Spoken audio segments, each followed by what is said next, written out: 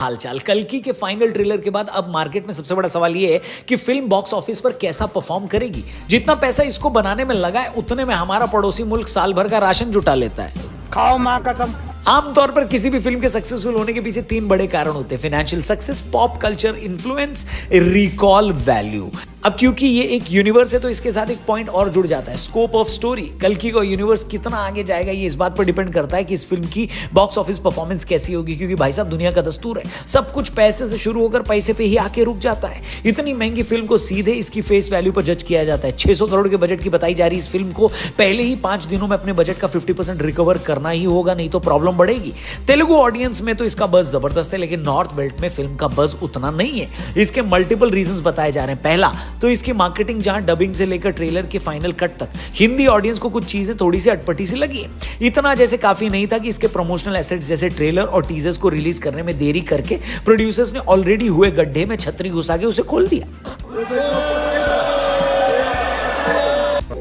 वहीं ऐसी film single screen की ऑडियंस पर भी डिपेंड करती है। अब इसके दोनों ही ट्रेलर्स में प्रभास का स्क्रीन टाइम अमिताभ बच्चन से कम है।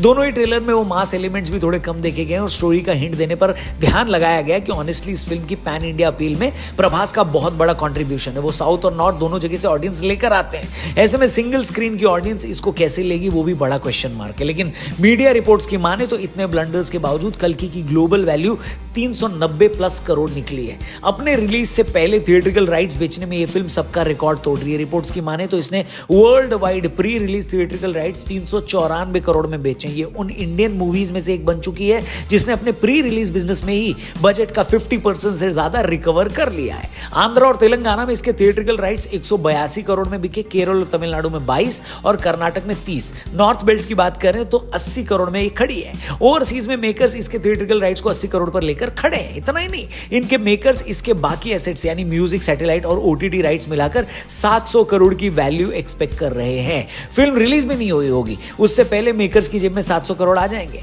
ऐसी उम्मीद है। यानी ये फिल्म फाइनेंशियल लॉस में तो नहीं जाने वाली। टिकट काउंटर्स पर इसकी सक्सेस ये डिसाइड करेगी कि इस यूनिवर्स का फ्यूचर कैसा होगा। पॉप कल्चर इन्फ्लुएंस की बात करें तो इसने सुपर हीरो फैंडम में एक बज़ जरूर जनरेट किया है। इसको लेकर फैन थियरीज बनाई जा रही है। सोशल मीडिया पर कल्कि के हैशटैग को अच्छे हिट्स मिले हैं। इसके मर्चेंडाइज बनाने में भी लोकल आर्टिस्ट को चांस दिया जा रहा है। इसके लिमिटेड एडिशन डूडल्स भी बन रहे हैं। यानी पॉप कल्चर में हर तरफ कल्कि ने अपने झंडे गाड़े हुए हैं। अब सिर्फ 2 चीजों का इसका रास्ता रोककर खड़ी है, एक इसकी रिकॉल वैल्यू और दूसरी स्कोप ऑफ स्टोरी।